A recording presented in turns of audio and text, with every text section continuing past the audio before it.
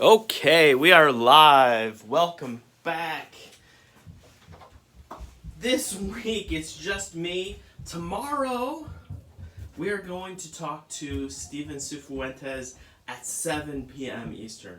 He was not able to join us tonight, so he is joining us tomorrow. So I'm Tom.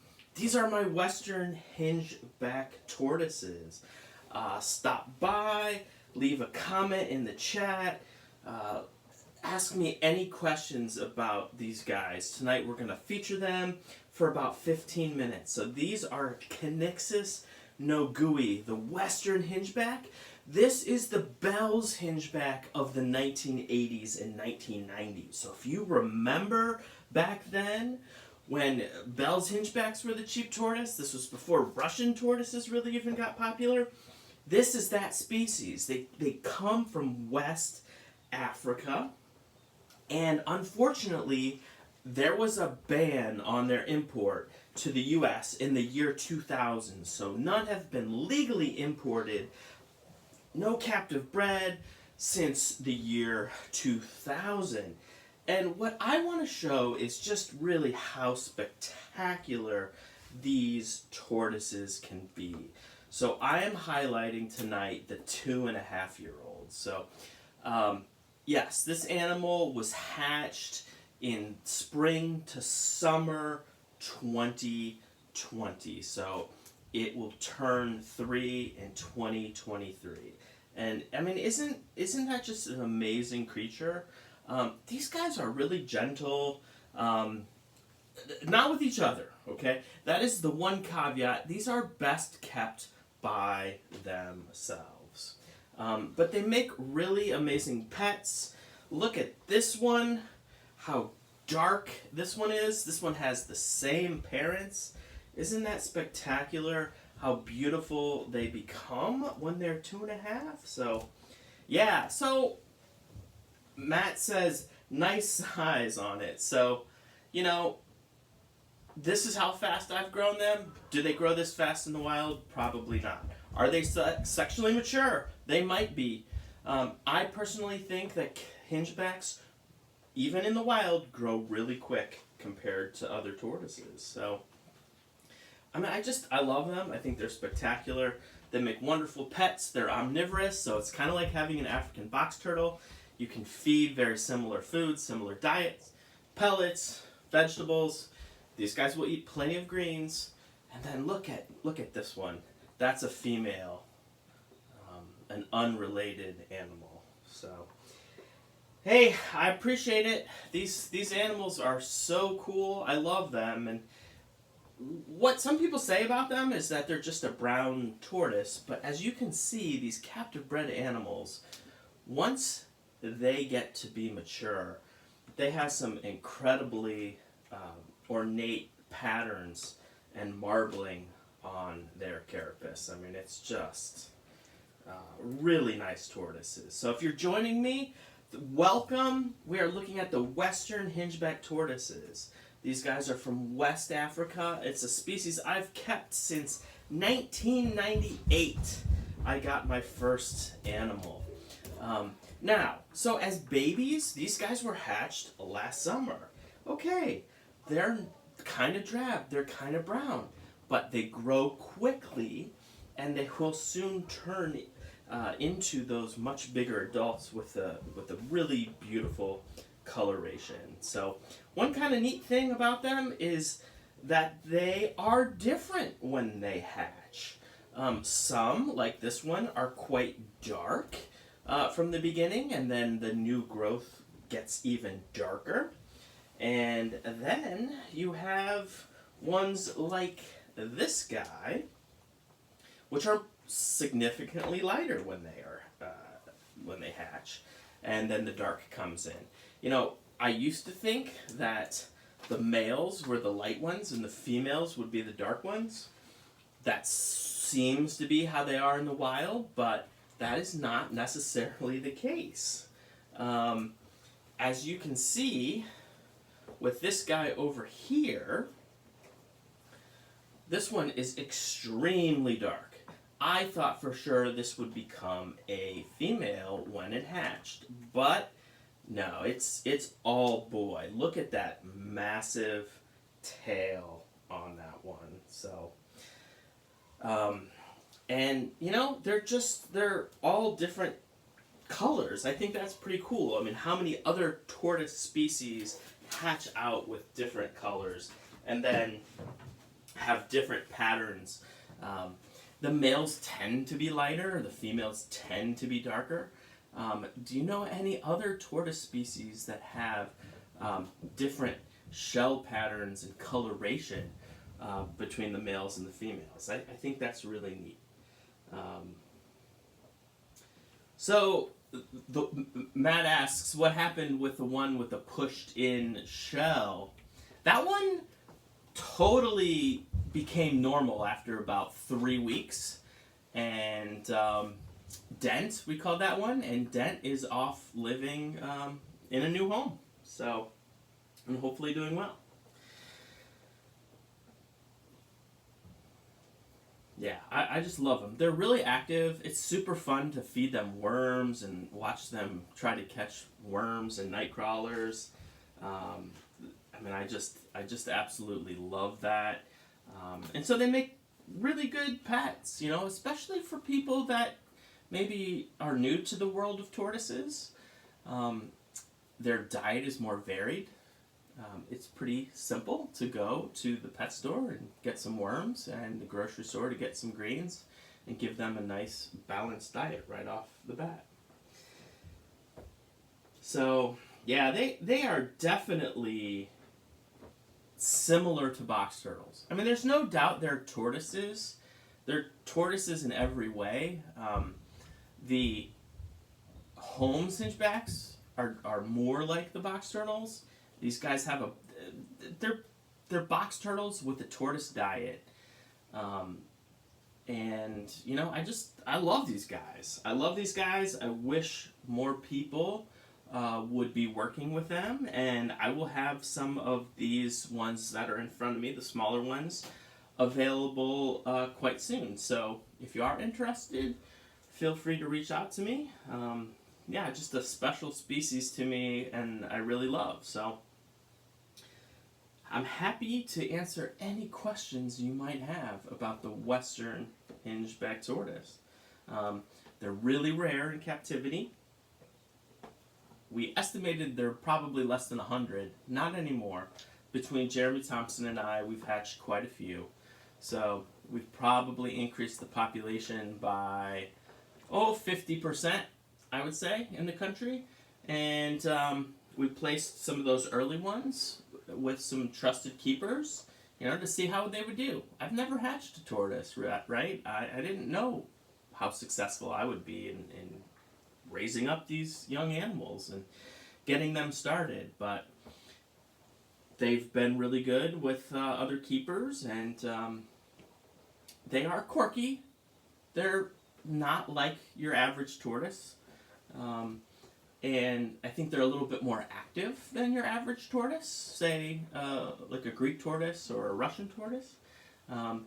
They like to explore, you know, they like to dig a little bit, scrape around the soil and look for bugs and look for worms and things like that. So, okay. Yes.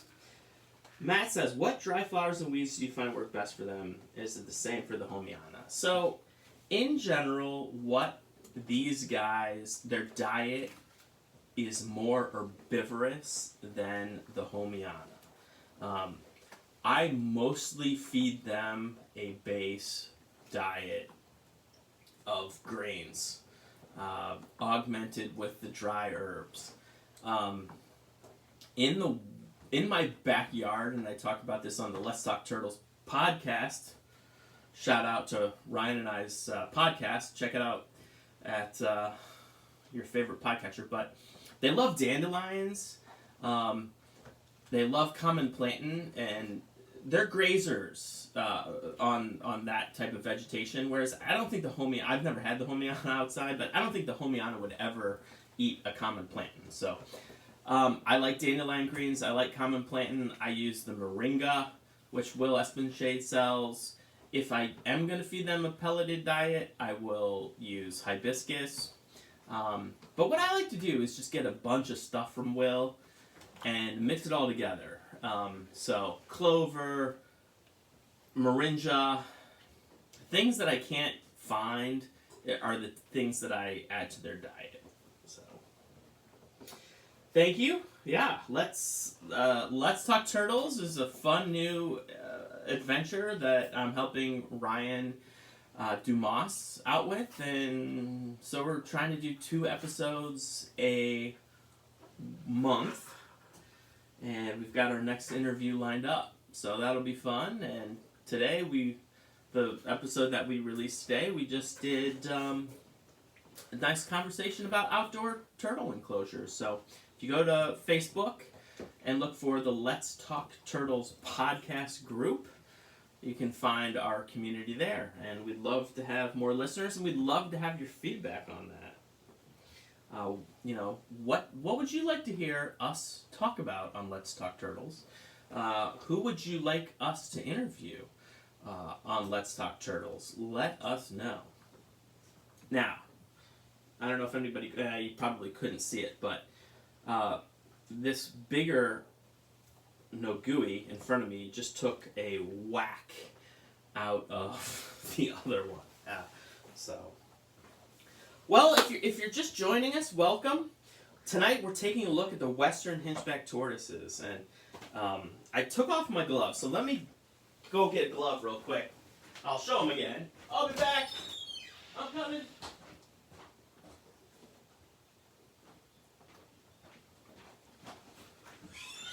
So guys, I wear gloves always when I'm working with the tortoises.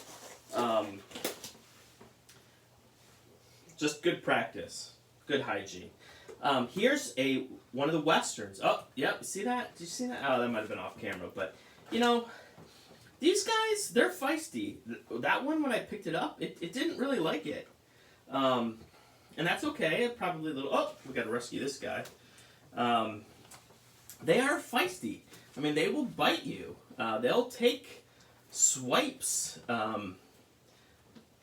at you. Nothing aggressive. They're just being defensive. But it's not something you normally see with a tortoise. These are the 2.5-year-olds. Yes, they hatch as little brown tortoises, but they are once they're about 2.5, they get this amazing marbling pattern starting to happen on their shell, and that's when they become really beautiful. So I have these guys, which I will be offering fairly soon. So if you are interested in working with Westerns, let me know. Okay, so Matt, he says, Jeff Kasparek, I agree, he would be great. Cameron Lamb, Michael T., Tyler Brooks, yeah, absolutely. And, we also want to get some good balance.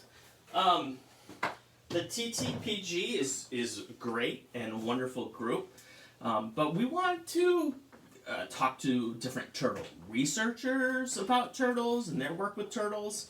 We're going to talk to someone that operates a turtle and tortoise rescue. We really want to cover all things turtle. Yes, husbandry is going to be a big part of it, but we're looking to kind of expand beyond. And for us to grow, we will have to expand beyond our TTPG membership. So, well, if you can see that water, it's starting to look really nasty. Yeah, Bruce Kingsbury. So is Bruce in Indiana, Matt? Yeah. So I'm familiar with Bruce, and he would be great. Be great to get Dave Mifsud, who is a tortoise guy, turtle guy, but also operates a herpetological consulting firm. That would be wonderful. So yeah, Dave. I don't know if we're going to pry Dave, but, maybe Dave owes Ryan some favors. I don't know. But that would be great to get Dave. So yeah, let's talk turtles. And so what I want to do in these lives is invite guests. So tomorrow we're gonna do Steven and talk about Forson's tortoises. And what I foresee every Wednesday night at 8, we'll talk about a different tortoise species. So if you're interested in talking about turtles and tortoises for 30 minutes, Wednesday night at 8 p.m. Eastern, let me know. I'm doing it through Go Live Together on YouTube. It's all with your phone, so it's really easy to do. Yeah, Chris Hagen from the TSA, he would give some amazing insight. What a hard job he has, and I'm serious. That is no easy task to operate what he's doing, the Turtle Survival Center down there in South Carolina. So, yep, Nathan, of course, worked there for a while. So, all good names. So, yeah, okay. Oh man, can you see that? Yeah, do you see that one pin the other against the side of the enclosure? Yeah. Oh yeah. Yeah, you guys saw that. That is how kind of aggressive they can be. I mean, have you ever seen like a redfoot do that? I don't know. I think they know what they're doing. So. Okay, guys. Well, this water is getting really, really nasty. I need to get these turtles back, but join Steven and I tomorrow at 7 p.m. Eastern. We're going to talk Forson's tortoises, just like we talked with Matthew Hills last Wednesday, and it'll be fun. So give this a like. If you like what we're doing, please subscribe to the channel. I'm going to have lots of good tortoise and turtle care videos coming out. That's what I'm really going to specialize the channel on. I want to reach a broad audience. I want to help people take the best care of their tortoises they possibly can. And I want to draw upon our community, right, of turtle and tortoise people, so that we can help everybody that has a turtle and tortoise. I mean, how many animals have you come across that, were just purchased as pets, and the parents just didn't have the right information? So, the target of the channel, the shorts, are going to be my animals. The live videos, we're going to bring in experts on specific species. And then on the weekends, my long-form video content, I'm really going to focus on turtle and tortoise husbandry. So if you have an idea for a particular video you'd like to see me make, let me know in the comments. So, okay, guys, I'm going to get going. Thank you for joining me. Tune in tomorrow, 7 p.m., right here with Steven. Talk to you later. Thanks, Matt.